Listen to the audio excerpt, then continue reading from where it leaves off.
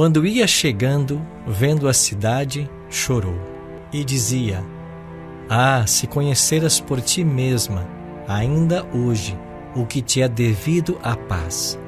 Mas isso está agora oculto aos teus olhos. Pois sobre ti virão dias em que os teus inimigos te cercarão de trincheiras e por todos os lados te apertarão o cerco e te arrasarão a teus filhos dentro de ti. Não deixarão em ti pedra sobre pedra, porque não reconheceste a oportunidade da tua visitação.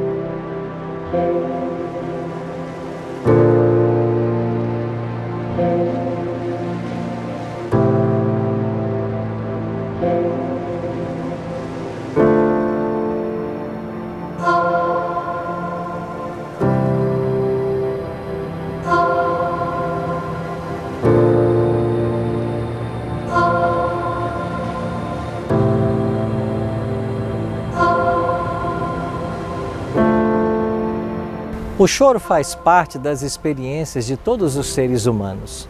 Choramos ao nascer e há choro quando alguém morre. O choro parece ser o verbo mais fácil de ser conjugado.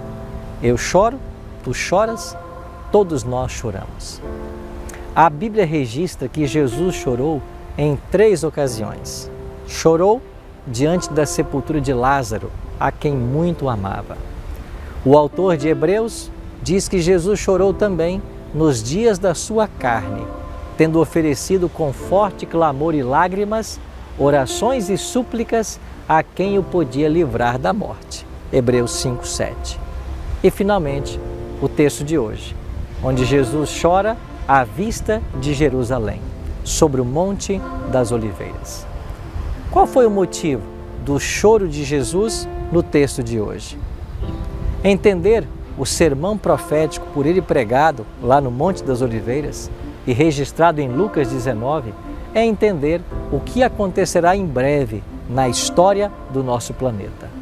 O ensino de Cristo no Monte das Oliveiras está repleto de lições e advertências para os nossos dias. Por isso, vamos estar atentos a essas advertências.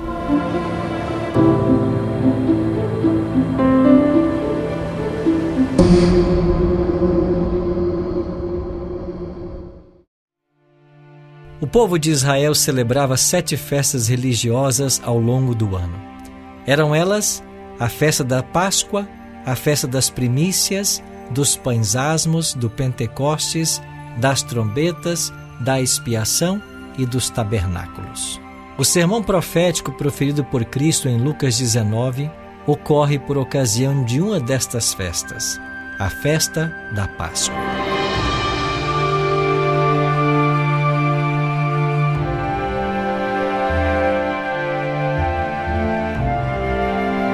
A cidade de Jerusalém estava apinhada de adoradores. Jesus estava com os discípulos no Monte das Oliveiras. O Mestre tinha diante de si o templo dos judeus sobre o Monte Sião. Os raios do sol poente refletiam em suas belas paredes de mármore, que reluziam como ouro. O templo era o orgulho da nação judaica.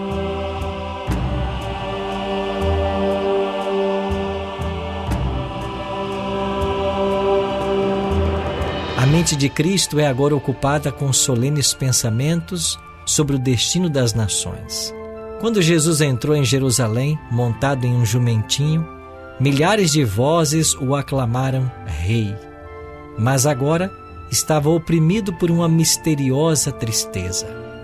Ele, o Filho de Deus, o prometido de Israel, cujo poder vencera a morte e do túmulo chamara os seus cativos, estava em pranto, não em consequência de uma mágoa comum, senão de agonia intensa, irreprimível.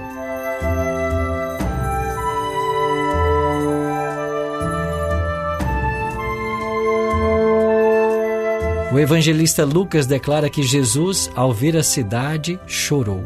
Suas lágrimas não eram por si mesmo sabendo que seus passos o levariam à morte, mas chorava pela sorte de milhares de pessoas, por causa da cegueira e impenitência daqueles que viera salvar. Jesus estava preocupado com o destino eterno das pessoas.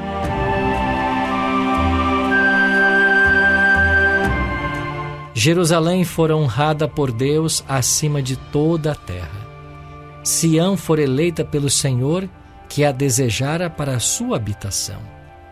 Houvesse Israel como nação, preservado a aliança com o céu, Jerusalém teria permanecido como sempre, como a eleita de Deus. Mas a história de Israel foi um registro de apostasia e rebelião. Haviam abusado de seus privilégios e menosprezado as oportunidades. Agora estavam rejeitando o Messias.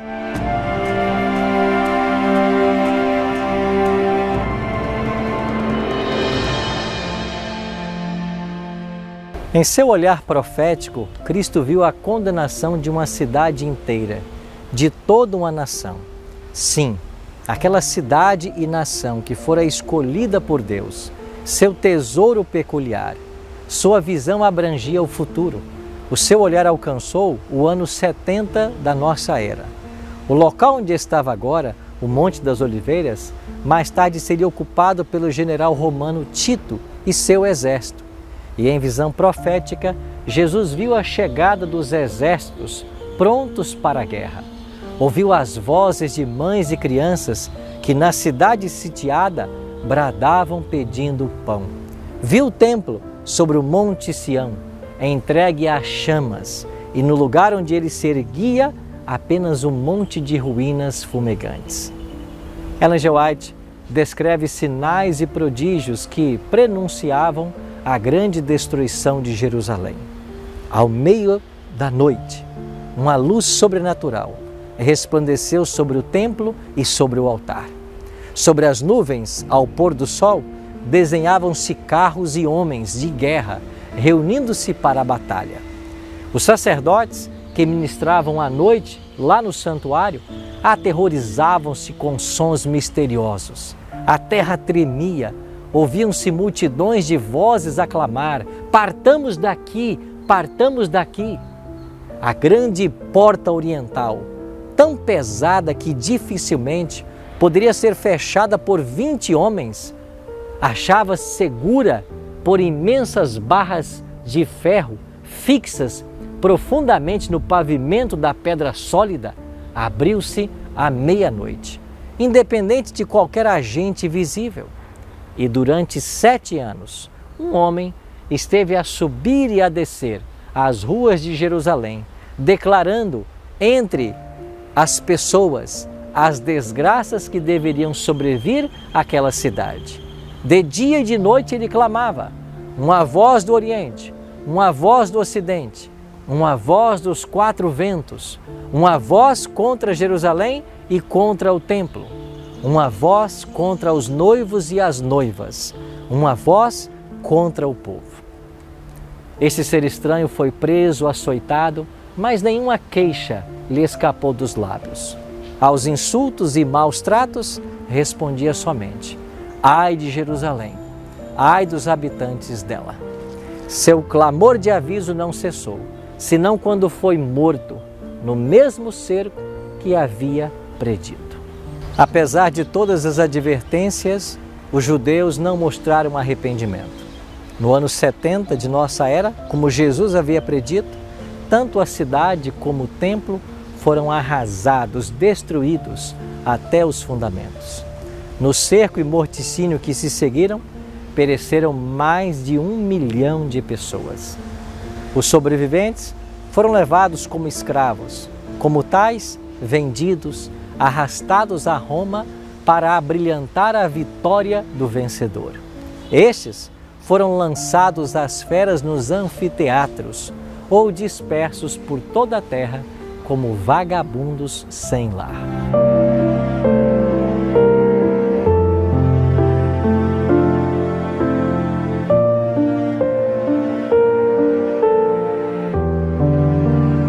Jesus viu ainda mais longe. Olhando através dos séculos futuros, Jesus via o povo do concerto espalhado em todos os países, semelhante aos destroços de um naufrágio em praia deserta. Nos castigos prestes a cair sobre seus filhos, não via ele senão o primeiro gole daquela taça de ira que no juízo final deveriam esgotar até as fezes. Viu a história do pecado e sofrimento. Seu coração moveu-se de infinita compaixão pelos aflitos e sofredores da terra. Desejava muito aliviar o sofrimento de todos. Contudo, mesmo sua mão não poderia demover a onda das desgraças humanas. Ele estava disposto a derramar a alma na morte, a fim de colocar a salvação ao alcance de todos. Poucos, porém, viriam a ele para que pudessem ter vida. Jesus, olhando para a última geração, viu o mundo envolto em engano semelhante ao que causou a destruição de Jerusalém. O grande pecado dos judeus foi rejeitarem a Cristo, e o grande pecado dos nossos dias é rejeitar a lei de Deus, fundamento do seu governo no céu e na terra.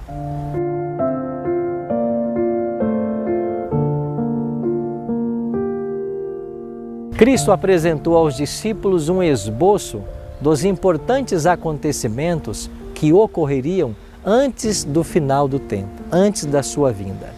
A profecia que ele proferiu lá no Monte das Oliveiras era dupla em seu sentido.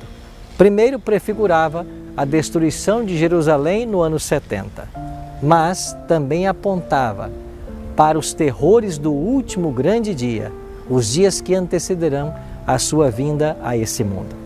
A profecia do Salvador, relativa aos juízos que deveriam cair sobre Jerusalém, há de ter outro cumprimento, do qual aquela terrível desolação não foi senão uma tênue sombra.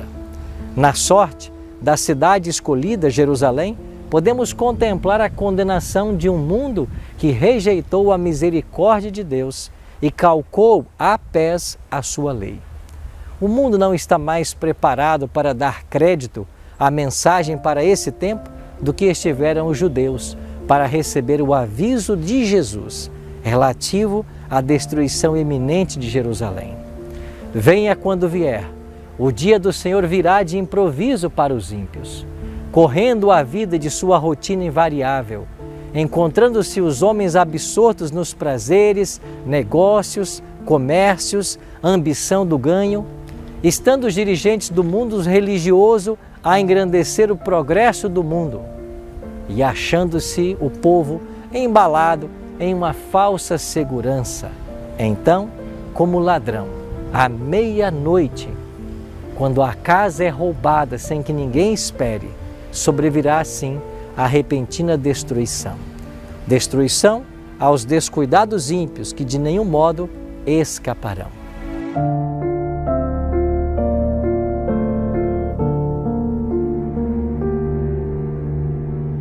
Mas, naquele dia, bem como na destruição de Jerusalém, Deus vai poupar o seu povo. Será livre todo aquele que tiver escrito no livro, de acordo com Isaías 4, verso 3. Ellen G. White declara que nenhum cristão pereceu na destruição de Jerusalém, pois quando o cerco se levantou e houve um tempo de trégua, este foi um sinal para que eles fugissem. E assim fizeram. De igual forma, o profeta Isaías declara que Deus poupará seu povo nos dias finais da história.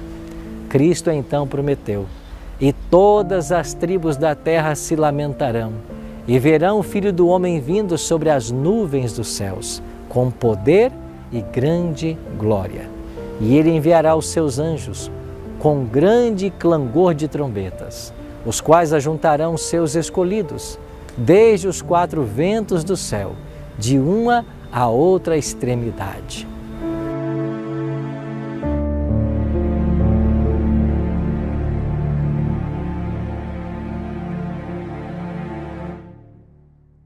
As advertências de Cristo dadas ao povo judeu sobre a destruição de Jerusalém, elas encontram eco até os nossos dias.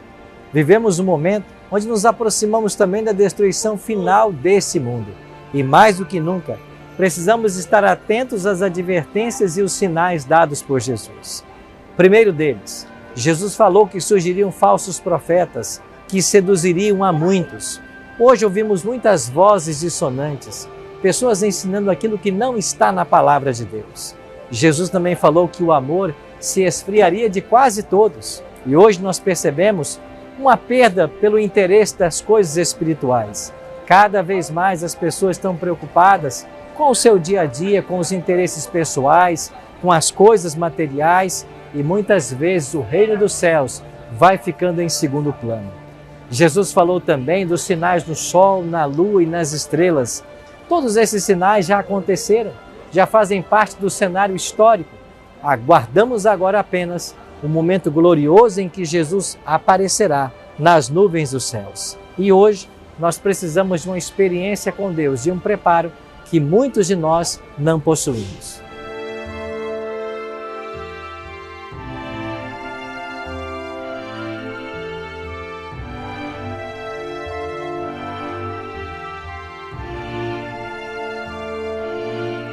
Aproxima-se o dia de nossas mais caras expectativas. Veremos Jesus voltar em glória e majestade. Ele mesmo disse que Ele virá com todos os anjos dos céus, em poder e muita glória. Apocalipse 1,7 declara que Ele virá com as nuvens e todo o olho o verá. Que preparo você precisa fazer para estar de pé naquele dia? Ellen G. White escreveu: já ouvimos os passos de um Deus que se aproxima. Tome agora as decisões que você precisa tomar para estar de pé no glorioso dia do Senhor.